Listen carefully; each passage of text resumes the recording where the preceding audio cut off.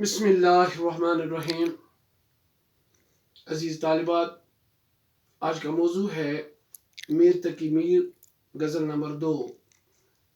پہلے میں اس غزل کو پڑھوں گا. جیتے جی کوچے دلدار سے جایا نہ گیا، اس کی دیوار کا سر سے سایہ نہ گیا. وہ تو کل دیر تلک دیکھتا ادھر کو رہا، ہم سے ہی حال تباہ دکھایا نہ گیا. پاس ناموں سے محبت تھا کہ فرہاد کے پاس، بے ستون سامنے سے اپنے اٹھایا نہ گیا. خاک تک کوچے دلدار کے چھینے ہم نے، جستجو کی پہ دل گمشدہ پایا نہ گیا. مہ نے آسامنے یاد دلایا تھا اسے، پھر وہ تا صبح میرے جی سے بلایا نہ گیا. جی میں آتا ہے کہ کچھ اور بھی موزوں کیجئے، درد دل ایک غزل میں تو سنایا نہ گیا. زیر شمشیر ستم میر تڑپنا کیسا، سر بھی تسلیم محبت میں ہلایا نہ گیا. پہلے شعر کی تشریح. شاعر اس مطلع کے شعر میں فرماتے ہیں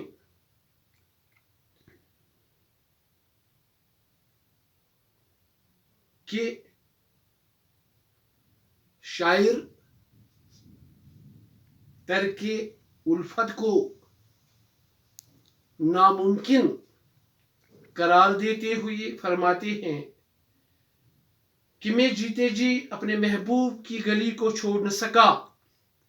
دوسرے لفظوں میں ہم یہ کہہ سکتے ہیں کہ شاعر کو اپنے محبوب کے ساتھ بہت انس و محبت ہے، جس کی وجہ سے اس کو محبوب کی جدائی گوارا نہیں. اس لیے میر ترک محبت نہ کر سکا اور زندگی بھر اپنے محبوب کے عشق میں مبتلا رہا. دوسرا شعر ہے.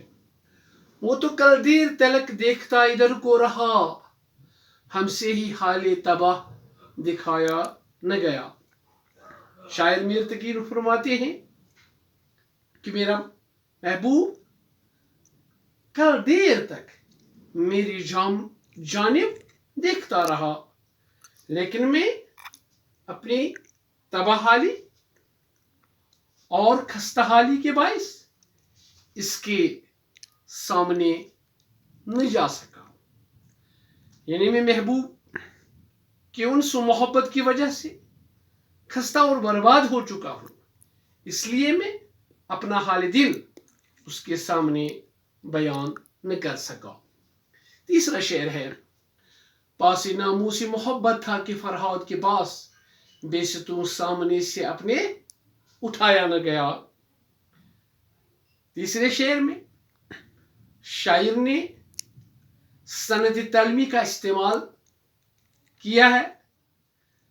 شاعر اس شعر میں ایک لوک روایت کا حوالہ دیتے ہوئے فرماتے ہیں کہ فرہاد ایک عاشق صادق تھا اور اسے محبت کی عزت و احترام کا لحاظ تھا، اور اسی لحاظ کو مد نظر رکھ کر اس نے ایران کے پہاڑ بے ستون کو چیر کر اپنی محبوبہ شیرین کے محل تک دودھ کی نہر نکال لی.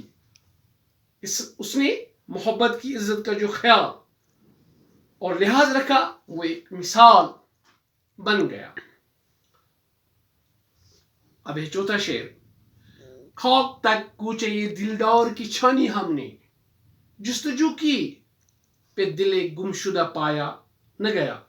شاعر میر تقی میر اس شعر میں فرماتے ہیں کہ میں نے محبوب کی گلی کی خاک چھینی.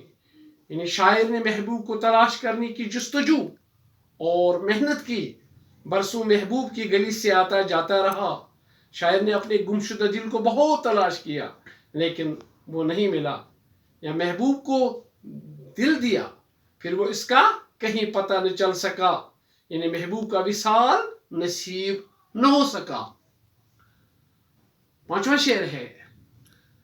مہ نے سامنے یاد دلایا تھا اسے، پھر وہ تا صبح